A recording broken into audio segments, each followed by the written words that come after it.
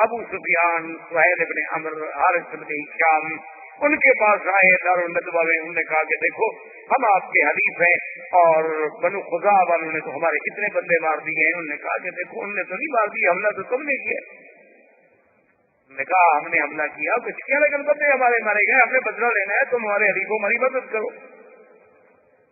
انہوں نے کہا اچھا یہ بات راز میں رکھو، کہیں حضور صلی اللہ علیہ وسلم تک مدینے میں نہ پہنچ جائے، کیونکہ ہمارا تو معاہدہ ہے لڑائی نہیں کرنی، لیکن ہم تمہاری مدد کریں. تو بنو بکر کو جب قریش کی مدد کا حکم ملا تو اور بہادر ہو گئے. اب بنو خزاع نے سوچا کہ یہ 2-3 دفعہ اپنے بندے مروا چکے ہیں اور بہت بڑی لڑائی کر نہیں سکتے کیونکہ معاہدے میں طے ہو چکا ہے 10 سال کے لیے جنگ نہیں ہونی ہے. تو اب جناب ان کے کچھ آدمی طواف کرنے کے لیے مکہ میں آئے اور اطمینان کے ساتھ بغیر کسی ہتھیاروں سے. اور بنو خزاع کا ایک سردار تھا، اس کا نام تھا بدیل ابن ورقہ، اس کا گھر مکے میں تھا. بنو خزاع کا قبیلہ تو باہر رہتے تھے لیکن اس کا ایک گھر مکے میں بھی تھا. جب وہ مکے میں ہوتا تو اپنے گھر میں رہتا. یہ آدمی بیچارے آئے، ابھی یہ حرم میں داخل ہوئے اور بنو بکر نے قریش کے ساتھ مل کے حملہ کر دیا. جب حملہ کر دیا تو اس کے لیے کیا کریں، وہ تو بالکل نہتے ہیں. وہ دوڑے اور بدیل ابن ورقہ اپنے سردار کے گھر پہنچے کہ بھئی وہاں جائیں، کم از کم ہمیں اس کے گھر میں پناہ مل جائے گی، اندر بھی ہمیں ہتھیار مل جائیں گے. آگے آئے، خدا کی شان ہے، دروازہ بند ہے، وہ دروازہ بھی نہ کھلا، وہاں سے بھاگے، وہ حرم میں داخل ہو گئے. لیکن قریش نے اور بنو بکر نے ان کے 23 آدمی جو تھے وہ اللہ کے حرم میں کر، حالانکہ حرم میں تو کافر بھی نہیں لڑتے تھے. بہرحال جب وہ قتل ہو گئے، بنو خزاع کو پتہ چلا. بنو خزاع نے قریش سے کہا کہ یہ تو غدر ہے، ہمارا فیصلہ. دارالندوہ میں اجتماع ہوا. ایک آدمی تھے عبداللہ ابن سعد ابن ابی السرح، یہ پہلے مسلمان ہو گیا، حضور کا کاتب تھا، وحی بھی لکھتا تھا، قرآن بھی لکھتا تھا. بعد میں یہ مرتد ہو کے بھاگ آیا مکہ، وہ بھی موجود تھا. اس نے کہا دیکھو بات سنو، میں چونکہ مسلمانوں کے ساتھ رہا ہوں اور اللہ کے نبی کے ساتھ رہا ہوں، میں جتنے احوال کو جانتا ہوں تم نہیں جانتے ہو. میری اگر مشورہ مانتے ہو تو 3 باتیں ہیں، ان 3 میں سے کوئی ایک بات مانو. انہوں نے کہا کیا بات؟ انہوں نے کہا بات یہ ہے کہ تم نے عہد توڑا ہے. یہ عہد ہے کہ بھئی کوئی آدمی اب قریش اور حضور صلی اللہ علیہ وسلم کی جنگ نہیں ہوگی، اور جو حضور کا حلیف ہے وہ حضور کے ساتھ، جو تمہارا حلیف ہے تمہارے ساتھ. تو اس حلیف پر بھی اگر جنگ ہوگی تو وہ گویا مدینے والوں پر جنگ تصور ہوگی، اور تم نے بنو خزاع پہ حملہ کیا ہے، اچھا نہیں. اور پھر اس سے بڑا کوئی جرم ہے کہ تم نے وہ حرم میں بھاگے بیچارے، تم نے حرم میں بھی قتل کر دیا. اب 3 باتیں ہیں، یا تو ایسا کرو کہ ان کے 23 آدمی مارے گئے ہیں، بنو بکر والوں ایسے پیسے والے ہیں، تم بھی سردار ہو، پیسے اکٹھے کر کے ان کو دیت دے دو اور معافی مانگ لو کہ 23 آدمی کی دیت ہم دیتے ہیں.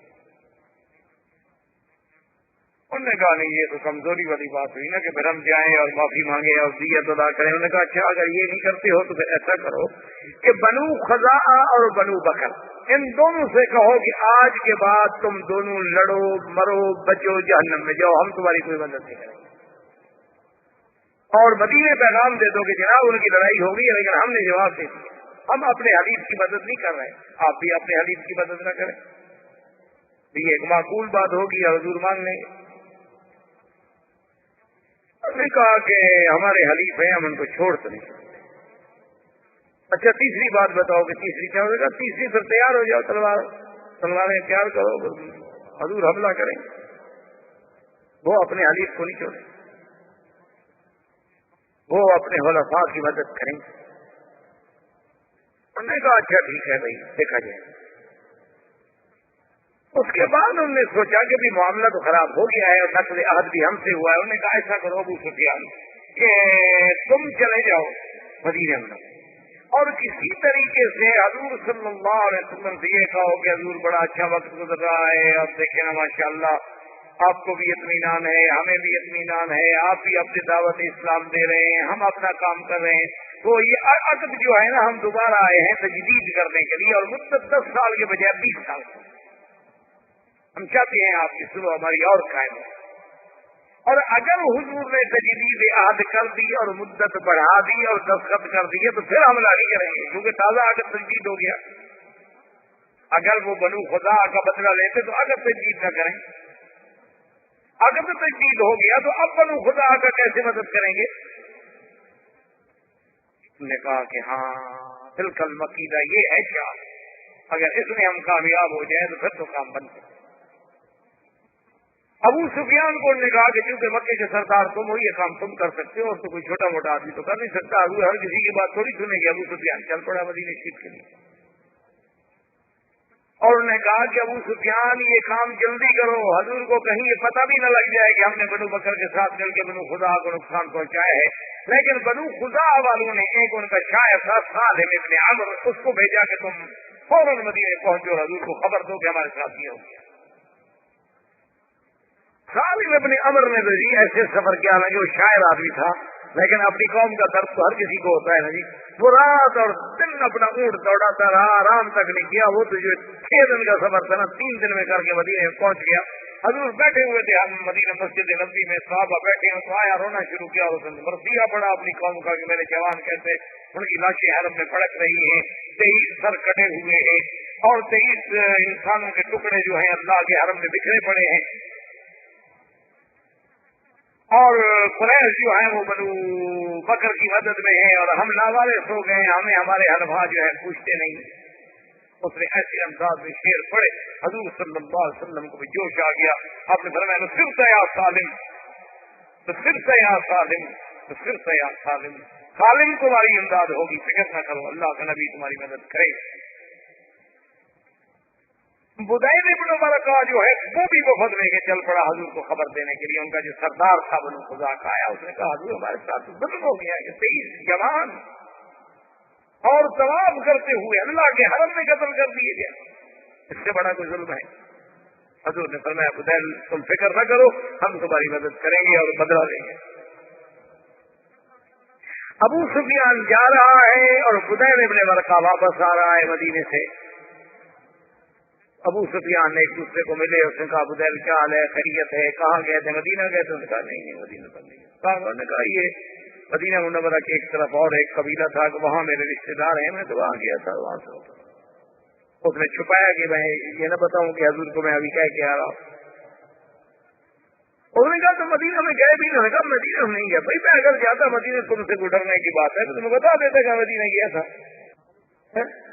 ابو سفیان نے بھی وہاں رات گزاری، بدیل بن برقہ نے بھی وہاں رات گزاری۔ منزل تھی صبح کو بدیل بن برقہ مکے کی طرف چل پڑا، اور ابو سفیان نے اپنے جو ساتھی ساتھ تھے ان کو کہا کہ ٹھہرو، جا کے ان کے اونٹ جو ہے نا ان کی جہاں لید پڑی ہو نا وہ لید اٹھا کے لے آؤ۔ وہ لید اٹھا کے لے آئے تو ابو سفیان نے کہا اس کو توڑو، اس کے اندر کھجور ہے، کھجور کی گٹھلی ہے۔ جب توڑا تو کھجور کی گٹھلی، کہا بدیل بن برقہ مدینے گیا تھا، کھجوریں صرف مدینے والے اونٹوں کو کھلاتے ہیں اور کوئی قبیلہ نہیں کھلاتا، کیونکہ ان کے پاس کھجور بہت ہوتی ہے، اونٹوں کو بھی کھلا دیتے ہیں۔ اس کا مطلب ہے کہ حضور کو اطلاع پہنچ۔ اب یہ نہیں ہے کہ میں اندھیرے میں رکھ سکوں، حضور کو پتہ چل گیا ہے کہ بنو بکر نے کیا کیا۔ خیر بہرحال اس نے کہا کہ اب حل کوئی نہیں، اب سیدھا تو مجھے نہیں جانا چاہیے مدینہ منورہ میں حضور کی خدمت میں، پہلے ایسا کیوں نہ کروں میں اپنی بیٹی کے گھر میں حبیبہ کے گھر میں جاؤں، اور اپنی بیٹی جو ہے وہ حضور کی بیوی ہے، امہات المومنین ہیں، ان کو تیار کروں کہ کوئی تھوڑی سی فضا تو ہم بار کریں نا حضور سے بات کرنے کی۔ ابو سفیان سردار تھا، سمجھدار آدمی تھا۔ جب آیا ام حبیبہ نے سلام کیا، استقبال کیا، اور وہاں جو ایک فراش کیا ہوتا تھا، ایک کاٹ کا ٹکڑا تھا جو حضور کے لیے بچھایا جاتا تھا، وہ بچھا ہوا تھا، اس پہ بیٹھنے لگا ابو سفیان، تو جلدی جلدی سے فراش اٹھا لیا، جلدی سے کھینچا اور لپیٹ لیا۔ اچھا کیونکہ یہ فراش اصل میں پرانا ہے اور کم قیمت ہے، اور یہ مکے کے سردار کے نیچے بچھانے کے قابل نہیں ہے، اس لیے اٹھا رہی ہو تاکہ کوئی اور اچھا فراش میرے لیے بچھانا چاہتی ہے۔ اس نے کہا نہیں، ھذا فراش رسول اللہ وانت نجس۔ اس نے کہا یہ میرے مدنی محمد مصطفیٰ کا بستر ہے اور تم بکھرے کو پلید ہو، اللہ کے نبی کے بستر پہ نہیں بیٹھ سکتے۔ آج ہماری بیٹیوں میں بھی اسلام کی ایسی غیرت ہے، جنہوں نے مونا لیزا اور ڈیانا پڑھنی ہو، اس میں کیا غیرت آئے گی بھائی؟ وہ تو وہی سیکھیں گی نا جو کچھ ان کا کردار تھا، وہ بھی وہی سیکھیں گے۔ کہ ہوٹلوں میں کیسے رہتے ہیں، گاڑیوں میں کیسے جاتے ہیں، شراب کیسے پی جاتی ہے، چیمپئن کے دور کیسے چلتے ہیں، انہوں نے تو پھر وہی سیکھنا ہے جن کی وہ متبع ہیں، جن کی اقتدا کر رہی ہیں۔ ام حبیبہ ہے، اس نے کہا ام حبیبہ اصحابہ کی شر من بعدی، مجھ سے دور ہو کر میرا اخلاق بھی بگڑ گیا۔ اس نے کہا اخلاق کی بات نہیں، اب تمہارے اور ہمارے درمیان میں اسلام اور کفر کی دیوار ہے۔ میں سب سے پہلے حضور سے پوچھوں گی، ورنہ تو میرے گھر میں بیٹھ بھی نہیں سکتے، کھانا بھی نہیں کھا سکتے، رہ بھی نہیں سکتے جب تک مجھے حضور اجازت دے۔ تو مشرک ہو، ہم مسلمان ہیں، اب باپ بیٹی کا کیا رشتہ؟ حضور کی خدمت میں حضرت فرض کے لیے تمہارا باپ ہے، احترام کرو، کھانا کھلاؤ، دعوت دو۔ یہ ٹھیک ہے، کافر ہے تو کافر ہے، تمہارا تو باپ ہے نا۔ خیر بہرحال اس کے بعد ابو سفیان آیا، حضور سے ملا، حضور نے فرمایا ہاں ابو سفیان ما جاء بک، کیسی ہے؟ اس نے کہا حضور آپ کا اور ہمارا ماشاءاللہ دیکھیں کیسا خوبصورت وقت گزر رہا ہے، اور بڑی تمام قبائل مطمئن ہیں اور لوگ مطمئن ہیں، اللہ کا کعبہ آباد ہے، ہم بڑے مزے میں ہیں، آرام سے تجارت ہو رہی ہے، اور آپ کی دیکھیں بادشاہوں کو، ہرقل کو بحرین میں، عمان میں، ہر جگہ دعوت جا رہی ہے۔ ہم اس لیے آئے ہیں کہ عقد تجدید فرما دیں اور مدت 10 سال کے لیے بڑھا دیں، ہم تو اس لیے حاضر ہوئے ہیں۔ حضور نے فرمایا لا نخون ولا نغدر یا ابی سفیان، ابو سفیان ہم نہ تو کبھی خیانت کرتے ہیں اور نہ اپنے عہد میں کبھی غدر کرتے ہیں، اب یہ عہد تجدید نہیں ہے۔ حضور کیا کہہ رہے ہیں، کمال ہے آپ کی، ہمارے تو کوئی شکایت نہیں ہے۔ اس نے کہا ما فعلتم ببنی خزاعہ، ابو سفیان تم نے بنو خزاعہ کے ساتھ کیا، اللہ کے حرم کا بھی یاد نہیں، اور پھر عقد بھی تجدید کرانا چاہتے ہو، جان کے تو قوم کے نیچے تو نہیں نکلی۔ اس نے کہا کیا ہوگا، حضور کو تو پورا پتہ ہے۔ ابو سفیان بھاگا حضرت ابو بکر کی خدمت میں، کہا ابو بکر انت سید القوم، تم بھی تو سردار ہو، افعل خیرا لک الشرف الى آخر الدہر، ابو بکر مہربانی کرو تم معاہدے پہ سلو کے دستخط کر دو، حضور نہیں کرتے نہ کریں، تم بھی تو سردار ہو نا، تم بھی تو مسلمانوں کے بڑے ہو، اور تمہارا قریش سے احسان ہو جائے گا، سلو، اور قیامت تک یاد کیا جائے گا کہ ابو بکر سلو کل ناتی تھا کہ چلو۔ اللہ کے نبی نے کہا ابو سفیان کیا کہہ رہے ہیں، حضور نے دستخط نہیں کیے، میں کیا کہہ رہے ہو، عقل سے بات کرو۔ فذهب الى عمر، حضرت عمر کی خدمت میں آ گیا۔ حضرت عمر نے کہا یہی بڑی بات نہیں کہ میں تمہیں کچھ نہیں کہہ رہا۔ حضرت عمر نے کہا مجھ سے تم معاہدے پہ دستخط کرانے آئے ہو، میرا یہی احسان نہیں مانتے ہو کہ میں نے صبر کیا ہوا ہے، تمہیں دیکھ رہا ہوں اور کچھ نہیں کہہ رہا، ورنہ میری تو تلوار تڑپ رہی ہے، تم مجھ سے معاہدہ کرانے آئے ہو حضور کے خلاف۔ ابو سفیان تمہارا ہمارا عہد اگر نہ ہوتا نا، اور تم ہمارے پاس مدینے میں نہ ہوتے، آج مہمان طاقت سفیر، بس مہربانی کرو میری آنکھوں کے سامنے سے کرو۔ حضرت عثمان کے پاس آئے، حضرت عثمان نے جواب دے دیا، حضرت علی کے پاس آئے، حضرت علی نے جواب دے دیا، بی بی فاطمہ کے پاس چلے گئے۔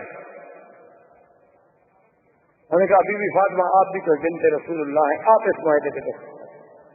انہوں نے کہا انما امرأ ابی سفیان، عقل کی بات کرو، میں عورت ہوں، عورتیں کبھی معاہدہ کرتی ہیں۔ اس نے کہا اچھا یہ چھوٹا جو ہے کون ہے؟ اس نے کہا حسن میرا بیٹا ہے۔ اس نے کہا چلو یہ دستخط کر دو۔ اس نے کہا 4 سال کا بچہ ہے حسن۔ اس نے کہا اسے ایک لکیر مارتے، میں قریش والوں کو تو کہہ سکوں نا کہ چلو حضور کے بیٹے نے دستخط کر دیا، حضور نے نصیبی حضور کا بیٹا تو ہے نا۔ اس نے کہا ابو سفیان کو بڑا دماغ کبھی چل گیا، کیا کہہ رہے ہو، یہ چھوٹا سا بچہ شروع کرتے مارا گیا۔ اب ابو سفیان ناکام نے کہا کہ بس اب میرا جو طریقہ تھا نا، میرا مقصد یہ تھا نا کہ اگر کوئی ایک صحابی بھی دستخط کر دیتا تو اب باہر کے قبائل تو نہیں جانتے نا کہ حضور پاک نے دستخط کیے ہیں، یا قبیلے میں کسی ابو بکر عمر عثمان نے دستخط کیے، میں تو شور کر دیتا نا کہ صحابہ نے دستخط کر دیے، معاہدہ ہو گیا، اور اس کے بعد معاہدہ توڑ رہے ہیں۔ بہرحال ابو سفیان واپس آ گیا، اور حضور صلی اللہ علیہ وسلم نے سیدہ عائشہ صدیقہ رضی اللہ تعالی عنہا کو حکم دیا کہ جہزی عائشہ، میرے لیے سامان تیار۔ حضرت ابو بکر آئے، دیکھا بی بی عائشہ حضور کی دے رہے ہیں، حضور کی تلواریں ہیں، حضور کا سامان صاف کر رہی ہیں تیار. اس نے کہا این یا عائشہ، کیا تیاری ہو رہی ہے؟ اس نے کہا لا اعلم یا ابت، یعنی کہ اس کو پتہ تھا لیکن راز ہے رسول اللہ کا. بیٹی اپنے باپ کو بھی نہیں بتا، کہا اللہ کے نبی کا راز. انہوں نے کہا آپا جان مجھے نہیں. حضور صلی اللہ علیہ وسلم نے بڑے بڑے صحابہ کو حکم دیا کہ بھی تیاری کرو، لیکن یہ کسی کو پتا نہیں کہ کہاں جائیں. آخر جب لشکر مکمل طور پہ تیار ہو گیا تو 3,500 کا لشکر لے کر حضور مدینہ منورہ سے نکلے اور کسی کو پتا نہیں کہ کہاں جائیں. اتنا بعد روایات میں کہ ابا بکر ان دو کو بتا. باقی کسی بھی کا اور دیکھیں پھر اس زمانے میں سیرت کردار رسول اور سیرت رسول پہ دیکھیں کہ حضور بحیثیت ایک جرنیل، حضور نے حکم دیا کہ جتنے راستے مکے اور مدینے کے جانے والے، جتنے سڑکیں ہیں ظاہر کی، خفیہ، چوری کی، پہاڑوں کے اندر کی، سب پر اپنی سیکورٹی اور اپنے محرات پہرے دار لگا دو. جو مدینے آنا چاہے اس کو مت روکو، آنے دو، اور جو مدینے سے نکلنا چاہے اور کہیں جانا چاہے اس کو پکڑ لو، اس کو نہ جانا. مقصد یہ تھا کہ جو باہر سے مدینے آ رہا ہے تو آگے اپنا کام کرے، لیکن جو مدینے سے نکل رہا ہے وہ کہیں مکے والوں کو جا کے بتانا دے کہ لشکر تیار ہو کے آ رہا ہے. سارے راستوں پہ حضور نے پہلے بٹھا دیے. اور اسی اثنا میں حضور پاک نے فرمایا یا علی، حضرت علی حاضر فرمایا زبیر بن عوام نے کہا حاضر یا رسول اللہ، نے فرمایا فاتوا روضۃ خاخ فإن بها زائنۃ فمعها کتاب، کہ فلاں خفیہ راستے سے روضہ خاک پہ پہنچو جلدی، وہاں ایک اونٹنی پہ ایک عورت جا رہی ہے، اس کے پاس ایک خط ہے جو مکے والوں کے پاس لے کے جا رہی ہے ہمارے خلاف. اس عورت کو بھی اور خط کو برآمد کر کے دے. حضرت علی اور حضرت زبیر، اور وہ اونٹنی پہ جا رہی تھی کہ گھوڑوں کا سفر تھا ماشاءاللہ، اور پھر گھوڑے دوڑانے والا بھی زبیر اور حضرت علی ہو تو گئے اسی جگہ روضہ خاک پہ وہ اونٹنی پہ جا رہی ہے، اور جا کے پکڑا اب کسی ٹھہر گیا. یہ عورت کی طوائف تھی، اناق اس کا نام. جیسے بت پرستی بہت پرانی ہے نا، اسی طرح طوائف پرستی بھی بہت پرانی. یہ بھی ابتدا سے ہے. تو اس کا نام اناق تھا، اور یہ بظاہر مدینہ منورہ میں آئی تھی مدد لینے کے لیے، حتیٰ کہ حضور کی خدمت میں بھی آ گئی. حضور نے فرمایا تم ادھر کیا کر رہی ہو؟ میں نے کہا رسول اللہ قتل وہ صاحب برائی، بڑے بڑے سردار جو تھے وہ تو بدر میں مارے گئے، اب ہم لوگ بھوکے مر رہے ہیں، کیا کریں؟ میں مدد کے لیے آئی ہوں. کیونکہ ہم لوگوں کو تو پیسہ سردار ہی دیتے تھے نا، وہ تو مر گئے. تو آپ نے کہا حضرت نے کہا ماں کی کتاب تمہارے پاس ایک خط ہے؟ اس نے کہا نہیں سنا ہی کتاب ہے، میرے پاس کوئی خط. آپ نے فرمایا ماں کی کتاب ہے، میرے پاس کوئی خط نہیں. ہم نے کہا فتش، سامان کھولو. سامان کھولا، سارا سامان تلاش کیا، ایک ایک چیز ڈھونڈ نکالی، خط کوئی نہیں. زبیر بن العوام نے کہا کہ حضرت علی اگر خط ہوتا تو کہاں ہوتا؟ بھی ہم نے اونٹ کی پلان تک دیکھ لی ہے، اس کی گٹھڑیاں دیکھ لی، سامان دیکھ لیا. نے کہا کیا کہہ رہے ہو؟ سرکار تو جہاں کو جبریل نے جھوٹ نہیں بولا. فما کذبنا رسول اللہ، اور نہ اللہ کے نبی نے ہم سے جھوٹ بولا، اس کے پاس خط ہے. اس نے کہا علی واللہ صحیح سمجھ کتاب، میرے پاس کوئی خط نہیں ہے، ایسے بلا وجہ آپ مجھ پر تشدد. حضرت علی نے فرمایا کہ بات سنو اناق، فخرج الکتاب واللہ لأجردنکی، اگر تم نے کتاب نہ دیا، وہ خط میرے حوالے نہ کیا، میں تمہارے کپڑے اتار دوں. اب اس نے کہا فآرضا، اچھا اس نے کہا بھی تم سارے ادھر منہ پھیرو، آخر میں عورت ہوں. دیکھو اس وقت کی طوائف کو بھی شرم ہے کہ کوئی مرد مجھے نہ دیکھے. آج کا فیصلہ آپ خود کر لیں. تو سب نے ادھر منہ پھیر لیا. اس نے بال کھولے، بالوں کے اندر خط چھپایا ہوا تھا، اس کے بال تھے بہت بڑے، تو بالوں کو لپیٹ کے خط اندر رکھ کے ایسے موڑا بنا کے اوپر مچان بنا کے اوپر دوپٹہ ڈالا ہوا تھا. اب وہاں کے اس کو شروع ہو سکے کہ اتنا خط ہے بالوں کے اندر لپٹا ہوا، اب تو نکال کے دے دیا. اس نے کہا چل، حضور کی خدمت میں پیش کیا. وہ خط تھا حاطب ابن ابی بلتعہ، صحابی ہیں، انہوں نے خط لکھا تھا مکے والوں کو کہ قدم رسول اللہ، حضور کا لشکر آ رہا ہے. حضور نے بلایا آخر آپ نے فرمایا خط تم نے لکھا ہے؟ اس کا نام اناج کو دیا تھا. حضرت عمر کو جوش میں سڑک اس نے کہا دانی یا رسول اللہ، نے کہا المنافق، حضور مجھے اجازت ہے میں اس منافق کی گردن اڑا دوں. ماذا تقول يا عمر انه بدري وان الله اطلع الى اهل بدر فقال اعملوا ما شئتم فاني قد غفرت لهم. یا عمر کیا کہہ رہے ہو؟ یہ تو میرا بدری صحابی ہے اور بدر والوں کے بارے میں تو اللہ کہہ چکے ہیں کہ جو کرو میں نے معاف کر دیا. تم کیسے قتل کر سکتے ہو اس کو؟ کہا تم کیوں لکھا تم نے؟ اس نے کہا یا رسول اللہ میرے بچے وہاں ہیں اور میرا کوئی نہیں. واللہ خدا کی قسم ہے مجھے یقین ہے کہ اللہ آپ کی مدد کریں گے اور آپ کو فتح ہوگی. میں نے کہا سب کی ذریعے اطلاع دے کر قریش قریشیوں پر میرا احسان ہو جائے گا تو میرے بچوں کا ذرا خیال کر لیں گے، میری بچوں کا لحاظ کر لیں گے، ان کو مدینے آنے دیں گے. اس کے علاوہ میرا کوئی مقصد نہیں تھا. میں صدقہ ہاتھ میں سچ کا ایک چھوڑ. حضور صلی اللہ علیہ وسلم اقرا ابن حابس التمیم بن تمیم کا آدمی ہے، وہ پورے قبیلے کو لے کے آیا اور مسلمان. ابھی ماشاءاللہ حضور اس کی خوشی منا رہے تھے کہ اس کے بعد بنو سلیم جو ہے 1000 گھوڑ سوار مسلح ہو کے آئے. انہوں نے کہا اشہد ان لا الہ الا اللہ، حضور ہم کلمہ پڑھیں. اور پھر وہ اپنا عیینۃ بن حصن جو تھا بنو غطفان کا وہ احمق المتا وہ آ گیا. انہوں نے کہا حضور اشہد ان لا الہ الا اللہ. یعنی ابھی حضور راستے میں 10,000 کا لشکر مدینے سے چلے تھے، 3,500 تھے. ابھی 2-4 منزلیں حضور نے طے فرمائی ہیں اور قبیلے دورے آئے. 10,000 کا لشکر ہے، جرار، گھوڑ سوار، اونٹوں پہ سوار، سلاح، اسلحہ، مقاتل. حضور صلی اللہ علیہ وسلم نے لشکر کو چلایا اور آپ نے طائف کی طرف توجہ کی کیونکہ مدینے سے راستہ جو ہے وہ اسی طرح آتا ہے، مکہ بھی آ جائیں طائف بھی چلے جائیں. تو قافلے کو اس طرف چلایا کہ لوگ سمجھیں کہ طائف کیا ہے. بنی حوازن، اب صحابہ نے کہا انہ یرید بنی حوازن. اب حضور کا ارادہ جو ہے بنی حوازن کے ساتھ جنگ کا ہے، کیونکہ وہ طائف کے راستے میں آباد تھے تو سب لوگوں کا دماغ اسی طرف چلا گیا کہ یرید بنی حوازن، یرید بنی حوازن. بنی حوازن کے ساتھ جا رہے ہیں، بنی حوازن کی طرف چل رہے ہیں. جب عین حضور صلی اللہ علیہ وسلم طائف اور بنی حوازن کے قریب آئے فامر اصحابہ ان یتجہوا الی مکہ، کیا مکے کی طرف رخ. حضور صلی اللہ علیہ وسلم مکہ سے. آپ اندازہ کریں رازداری کا کہ مدینے سے قافلہ چلا رہے ہیں، قافلے میں 10,000 تو مقاتل ہے، پھر بچے بھی ہیں، عورتیں بھی ہیں. اور مکہ شریف سے 4 میل کے فاصلے تک کسی کو پتہ نہیں چلنے دیا حضور نے کہ ہم مکہ جا رہے ہیں، ماں سوائے ابو بکر عمر.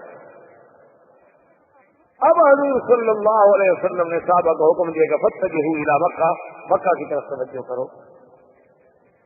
اچھا خدا کی شان ہے کہ بدیل ابن ورقہ وہ جو بنو خزاع کا سردار تھا، وہ روزانہ شام کو نکل کے مکے سے باہر آتا تھا 2-4 میل سفر کر کے کہ حضور کی مدد کب آتی ہے. اس کو یہ خیال تو نہیں تھا کہ حضور لشکر لے کے آ جائیں، یہ تھا کہ 200, 400, 500, 1000 آدمی بھیج دیں گے ہماری مدد کے لیے. اسی اثنا میں ایک دن اتفاق کی بات دیکھیں کہ ابو سفیان نکلا، حکیم ابن حزام نکلا اور ادھر سے بدیل ابن ورقہ نکلا. وہ ادھر سے سب نکلے کہ مکے کے باہر جا کے ذرا معلومات کریں. کچھ معلوم ہوا تھا ابو سفیان کو کہ بھی کوئی لشکر جو ہے بنی حوازن کی طرف متوجہ ہے مسلمانوں کا. انہوں نے کہا دیکھیں تو صحیح بھی واقعی وہ بنو حوازن کی طرف ہے، کہیں ادھر تو نہیں آ رہے. یہ جب تین نکلے تو رات کا وقت تھا، آگے تو آگ کھانے پک رہے ہیں، آگ جل رہی ہے. اب 10,000 آدمی آگ جلا رہا ہو تو کتنی جگہ پہ آگ ہوگی.